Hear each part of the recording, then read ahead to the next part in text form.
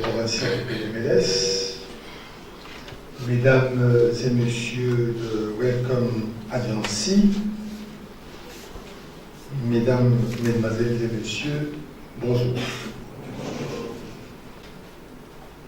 On est jeune lorsqu'on a encore de l'espoir, lorsqu'on peut dire « demain, je serai ceci », « demain, je veux faire cela ».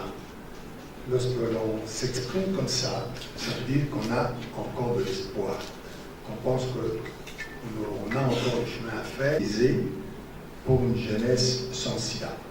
Bon.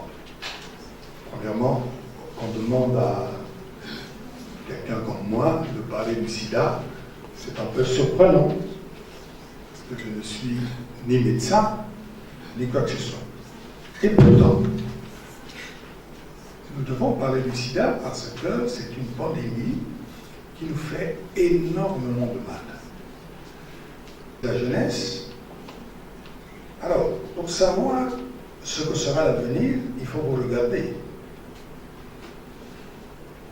Donc, si nous voulons comprendre ce que sera le Congo de demain, nous devons visiter nos écoles, nous devons aller voir nos centres de formation, nous devons visiter nos universités. Ainsi, nous aurons l'image de ce que sera le Congo de demain. Est-ce qu'aujourd'hui, lorsque nous visitons nos écoles, lorsque nous rendons visite à nos centres de formation, lorsque nous allons vers nos universités, est-ce que nous en sommes fiers?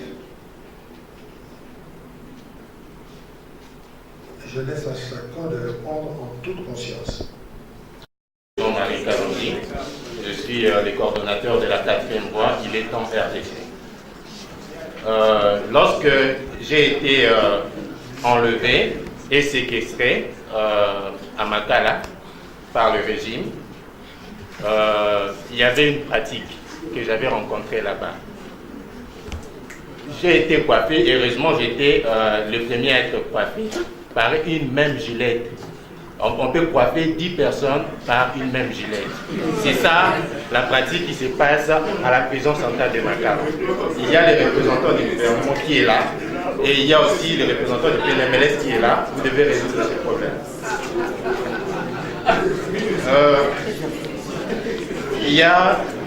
Donc je ne peux pas laisser l'intervention de M. Jean-Pierre Kamila.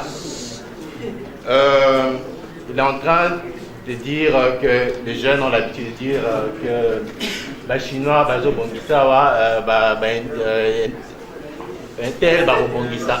tout ça. Nous avons l'IBTP qui est là, par exemple, par rapport à la construction des routes et tout consort. Mais vous avez pris les marchés, vous les avez donnés aux Chinois et aux autres. Aujourd'hui, vous ne devez pas condamner la jeunesse.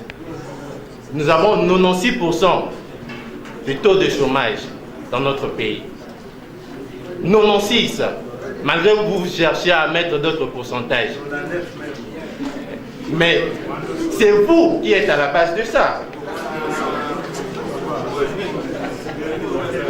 Non, par rapport à une question. Ok, merci beaucoup.